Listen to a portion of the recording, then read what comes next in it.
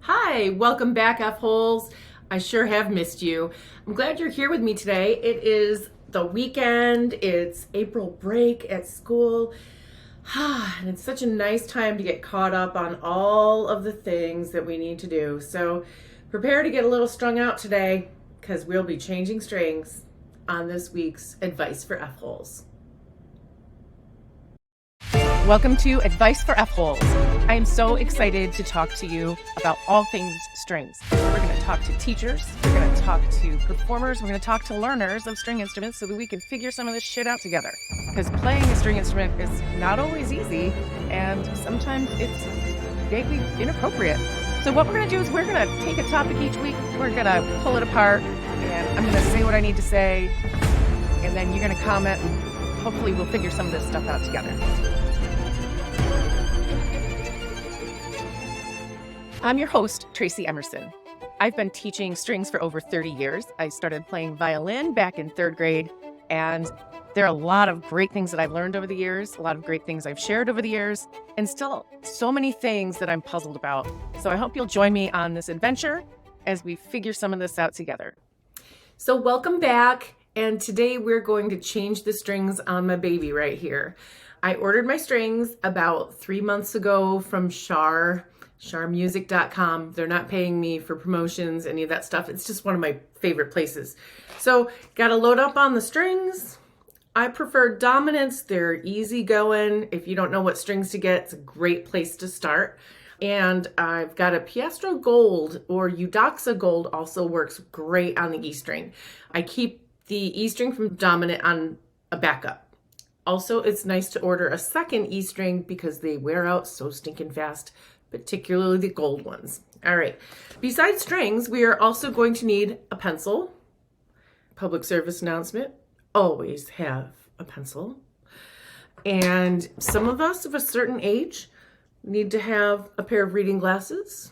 So yeah, and those of you that are not of a certain age, like students that I've had for many, many years that have glasses, but I never knew it because they never wear them. Yeah, get the glasses out. You're going to need them. Another thing that'll be really handy is a cleaning cloth because you're going to be kind of icked out at how much gunk is on your fingerboard. A few things to keep in mind when you're going to start this process of taking off your strings. One thing you're going to want to make sure of is do not let your bridge fall over. You're going to have to keep adjusting it the whole time so that it stays put in the right spot. And then also you have a sound post inside there. You can see that underneath where my E string goes. And that's very important for the stability and the tone production of your instrument. And should it fall over, your violin's going to be in a lot of danger, especially one this old and precious. So make sure that doesn't fall down. If it does, go see a luthier as fast as you can. If they had a luthier 911, that would probably be the call they would get most often.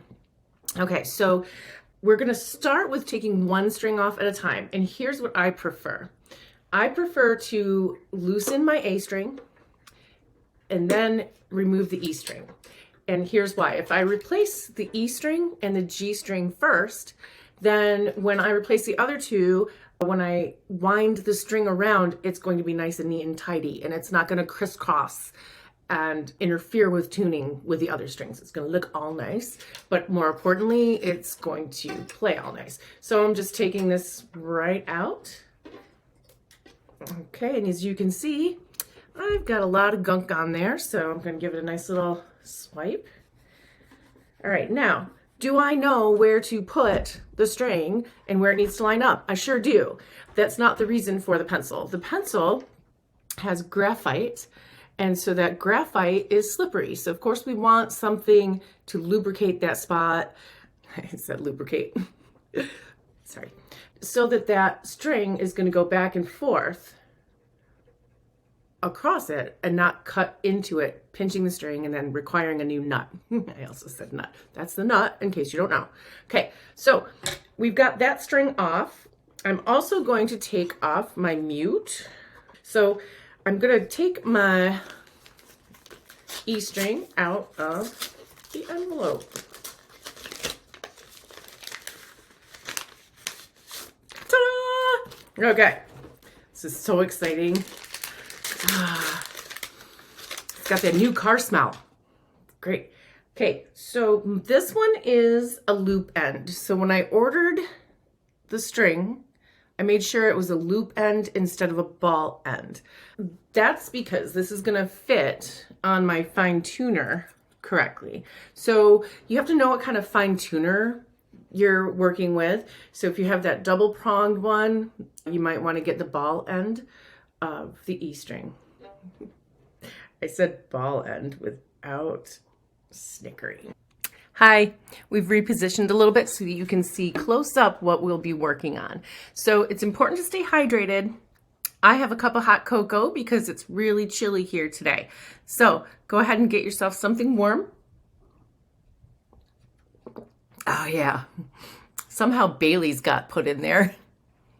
I better not have too much of that. Need a steady hand for putting this here, E string, through the hole right there. So as you can see, hopefully, okay, I'm gonna get it right through the hole till it comes out the other side. See it out the other side? Okay, so now what we're gonna do is we are going to wind it so that the string overlaps that piece that's sticking through the other side. That's gonna hold it in place for us. So now you can see as I turn the peg, I am winding it so that it keeps wrapping around and moving toward the outside of that peg. That's gonna help position the inside so that we don't have strings overlapping each other. So you can see how that's wound around just right. And next up, I'm gonna make sure that that loop end is attached just correctly there at my fine tuner. All right. And sometimes I use this guard that comes with it, and sometimes I don't, this little piece of plastic. But my bridge is pretty old, and the guard that is built into the E string of my bridge. And when you use one of these rubber guards, you want it to line up at the edge of your bridge so that the majority of it is right behind the bridge. You don't want that interfering with your sound. Okay, now I'm going to tighten. And I've already put my pencil mark there and taking a look here. Okay, so now I just need to move this a little bit and make sure that my bridge is staying nice and strong and straight. Okay, so 1 down, 3 to go. Alrighty, next up, we're gonna do the G string. So loosen up your G strings. Okay, it's gonna be a good one. Now it's time to take off your G string. And there it goes. Okay, whoo. Yeah, now you get to throw your G string. Excellent. Hi, Pickles, are you gonna help? I know, you love violin. Yeah, she loves violin till we get to the E string, and then she's a total jerk. So, at the G, we are going to put the ball end right in here. Okay, and now we're going to pull it up into the slot until it's nice and snug. Okay, so I'm going to show you that. Show you what it looks like from this angle. All right. Okay. Now, same principle applies. We're going to take that pencil that felt. Okay, Pickles took my pencil and was playing with it on the floor. Damn cat. Okay, so we're going to make that mark here.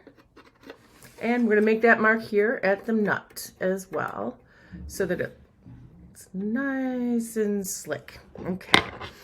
All right, so same principle applies. You are going to thread the needle with the help of your super awesome Walmart reading glasses.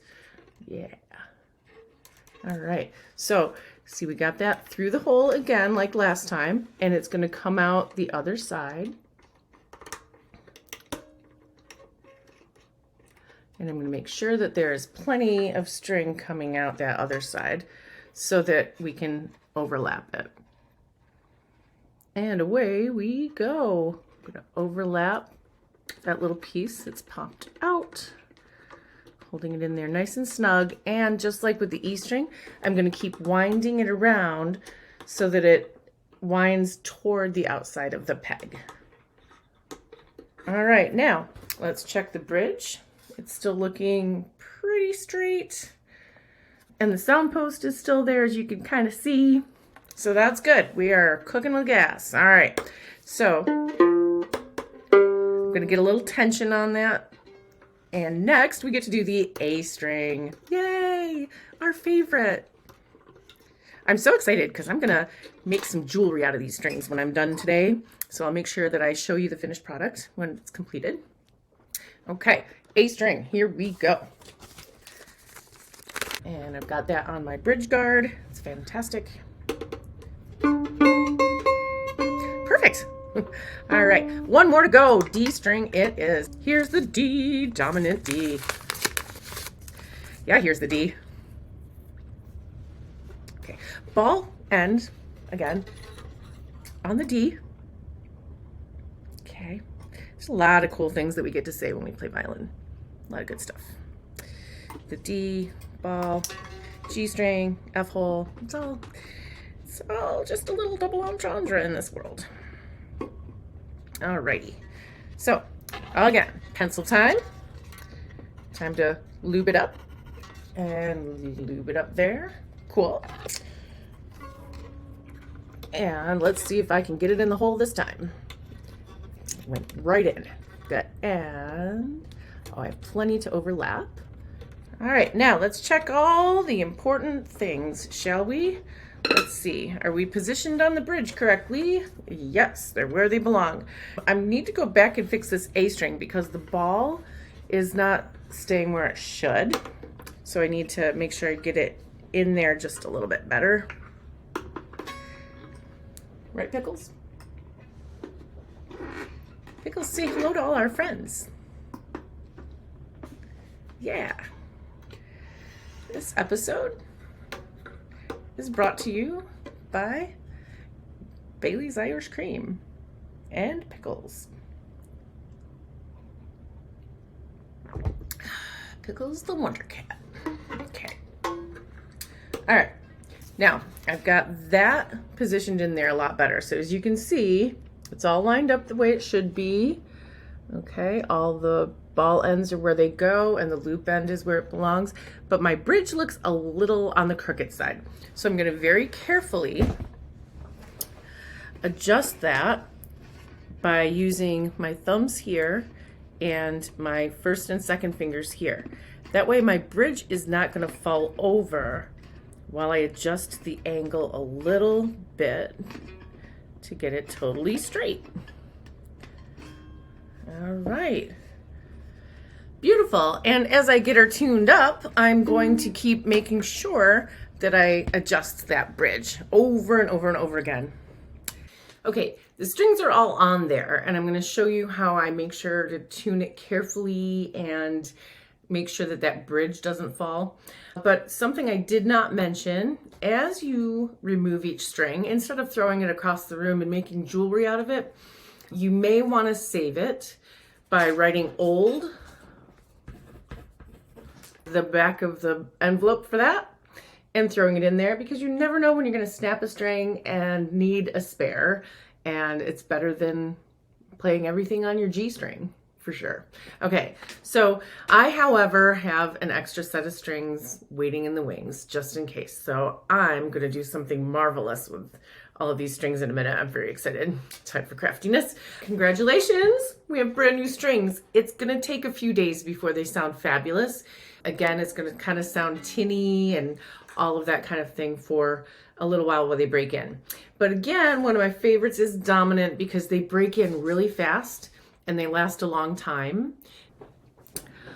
Look who else came to visit. Maple is here and she would like to remind you to subscribe to Advice for F-Holes so you get the latest episodes as soon as they come out. Right, Maple? Yeah, who's a good girl? She's subscribed. You should too.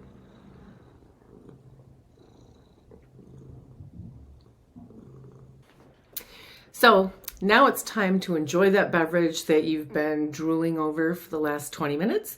By the way, these mugs are available on my Etsy site. The link is in the show notes. So please go ahead and get yourself a really cool F-hole mug. And I'll see you next time on Advice for F-holes. Thank you for listening to Advice for F-holes. Please subscribe and share your comments below so we can have a great conversation.